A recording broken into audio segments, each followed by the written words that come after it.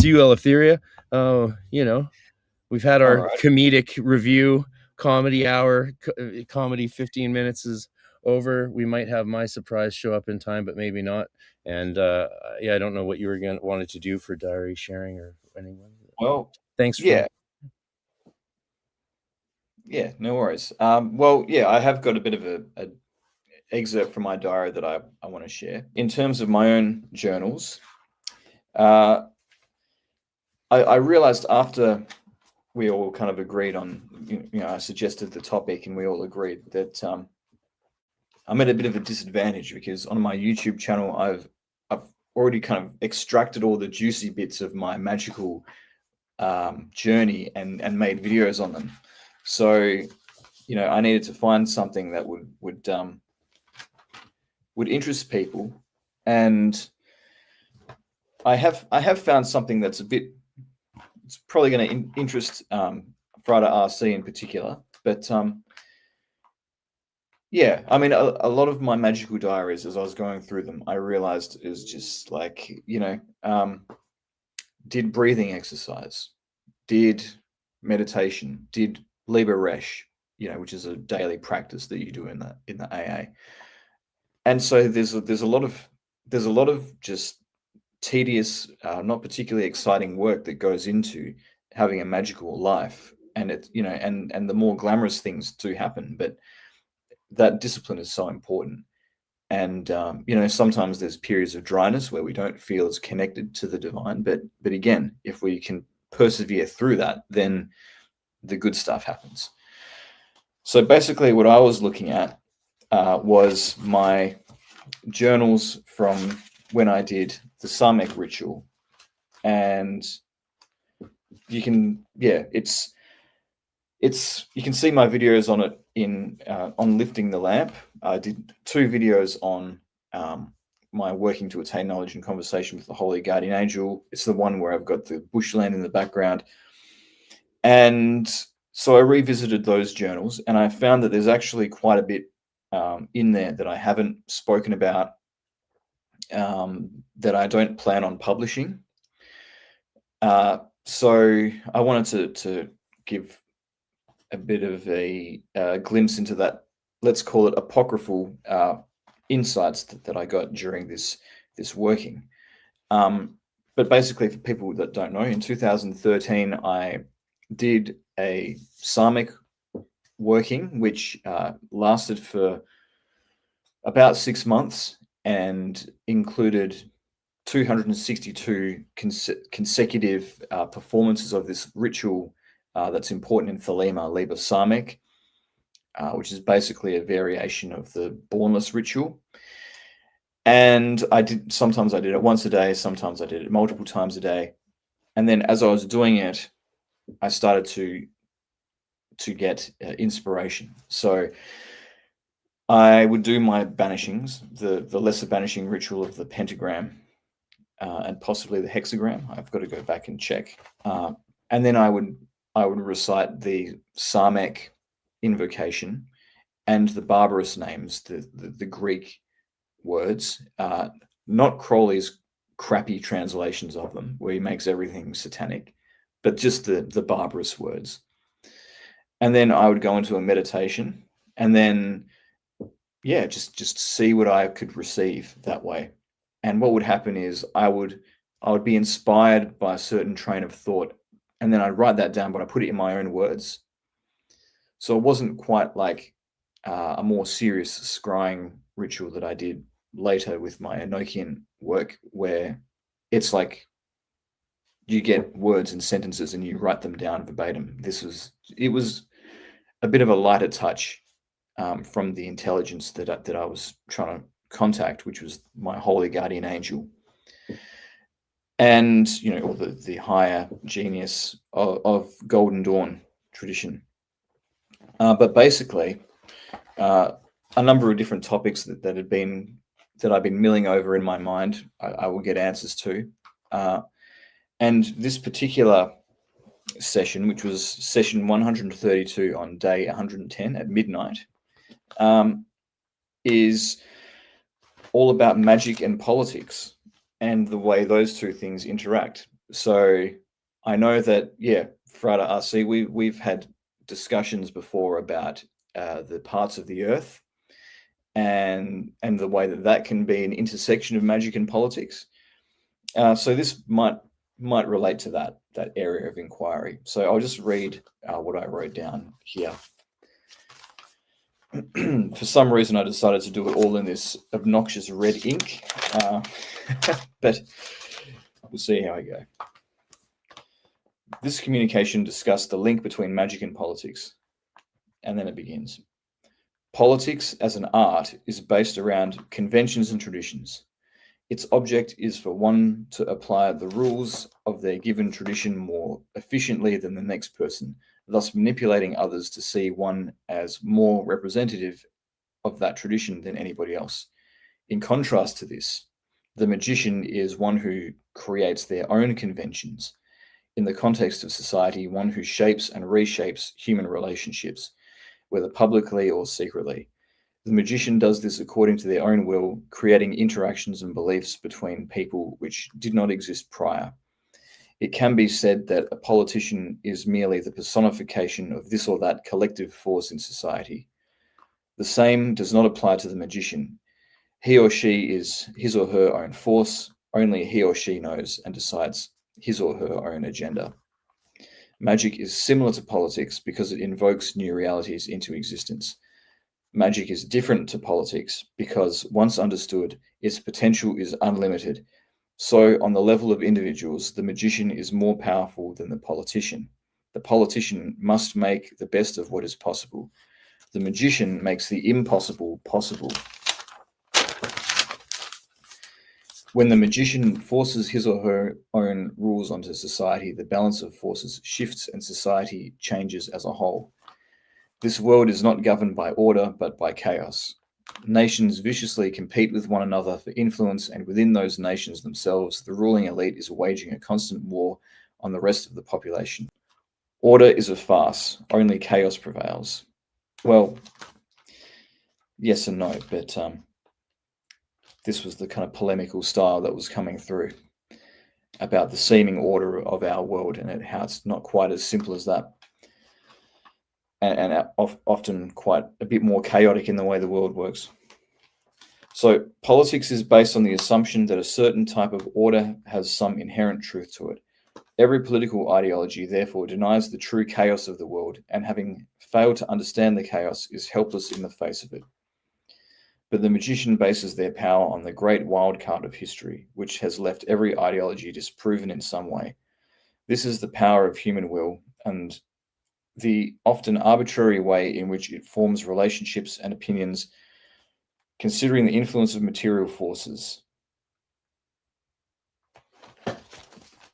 The magician's own self-justified will, always more changeable compared to the less dynamic forces of the world, is a reflection of the chaos of the universe, which might also be conceptualized as a kind of universal will. The internal contradiction of politics is that it is based on the promotion of order and stability, yet it is driven and affected primarily by instability and conflict. A system of order is one-sided and therefore paradoxically unbalanced. It must attempt to survive other competing orders by spreading chaos outside itself, yet this very chaos only compromises the order further. The order may keep entrenching itself more and more, yet it is only a matter of time before the chaos, which contains more latent potential for adaptation, overwhelms the order, resolving the contradiction and producing a new kind of system in its place. The strength of the magician is that he or she has mastered the chaos both within the fractious mind and in the outside world, not by resisting chaos and imposing order, but by embracing the chaos and working with it. The magician therefore transcends the contradiction of politics and is, in theory, able to manipulate it accordingly. Once magic is applied to politics in this way, the greatest power imaginable is unleashed. It is the power by which the enchanters shall rule the earth. And that's a quote from The Vision and the Voice. So that was me filtering through this information and trying to make sense of it and put it onto paper in my own words. And basically what it's talking about is order and chaos, and how what seems to be a force for order is really a force for chaos. but the limitations of being confined by too much order, as the political system is, and the way that the magician can use the chaotic side of the universal order, if you will, to create greater change than any political figure. So I don't know if any of that would be relevant to what the angels were imparting to Dee and Kelly with the parts of the earth, perhaps, although it seemed to be more about angels governing particular parts of the physical sphere. But anyway, it's something to think about and something to contemplate. And yeah, so that's my excerpt anyway. Questions, comments? Yeah, right off the bat, in hearing what you're sharing there from in the context of the parts of the earth. So this is the parts of the earth that where there's spirits that govern the politics and the happenings of rulers, for those in the audience who don't know. It made me think that there's perhaps a applicable lesson about the natural cycles of regions, of governments, of nations, of rulers. And because when you're talking about, order always being destroyed by chaos, well, that just sounds like Ouroboros cyclical nature of reality, IAO. But what I was inspired by to think is that, well, maybe we need to take that into account when we're operating within a part of the earth, within a aether, or, working with Yalpalm, or however you choose to pronounce that Enochian name. Like, Idumea, like there's when I go to these places, whether I'm doing it through conjuration, scrying, or travel, I get a very real sense of what the energy of the place is like. And so, yeah, I think that's something to be aware of like, where is this place at? What is the direction it's already going? And work within that process of natural chaos, order, destruction, rebirth, and so forth. That's what it made me think.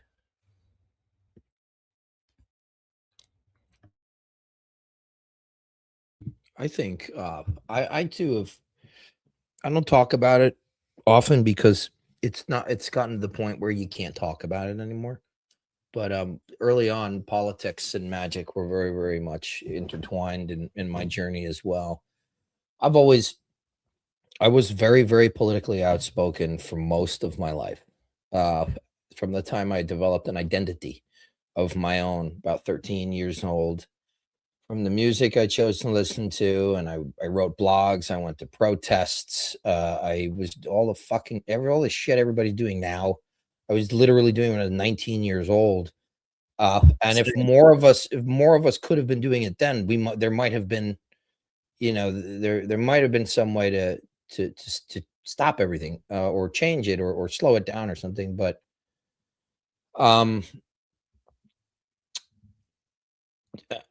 I can't really talk very much about my own political views now because people get. It would be easier if I leaned to one side or the other, but I don't, and people hate me on both sides for that, specifically for that reason. But the one thing that right, I mean, but that's what the Golden Dawn tells you. You got to find that middle balance. Any Golden Dawn magician who's out there waving a fucking flag for one side or the other, it's like, we missed the lesson, did we not? Two opposing forces and one which unites them eternally. I did listen to NoFX. I listened to Bad Religion. I listened to Black Flag, all that kind of stuff. Anyway,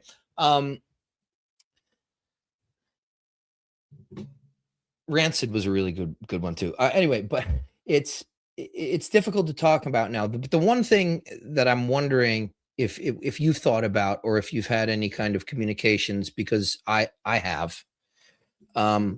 Again, that's not stuff that I talk about very often. But I do have a very, very deep deep, deep gut feeling, intuition, and things that I've kind of parsed out through my magical work, that there are magicians doing politics, except they're not the kind that we would hang out with. That it's not at the highest levels of orchestration. It's quasi religious. It's just a religion that we're not in on, and thank God, perhaps. But that's and people will lambaste me for being a conspiracy theorist and all that stuff. But certainly I do feel that way. I'm wondering your thoughts on that. Yeah, well, there's a couple of different very different types of example that I can think of for that.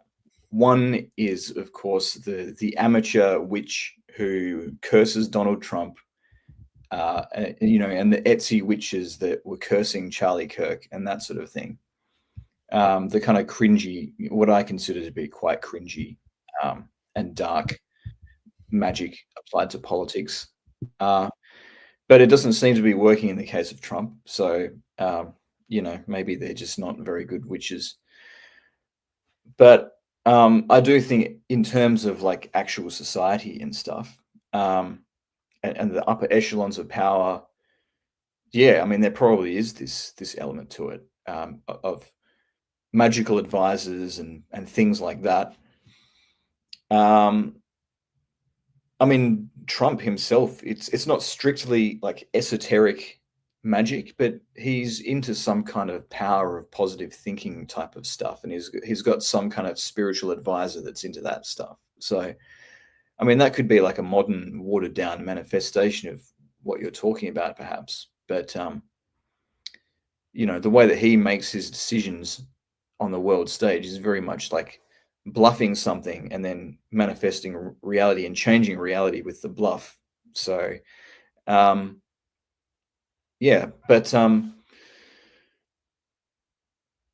yeah, I mean, there's definitely been regimes that have more of an occult inner circle than others, such as that of a particular mustachioed man from Germany that will probably get the video demoted if we mention his name. But yeah, it'd be very interesting to be a fly on that wall.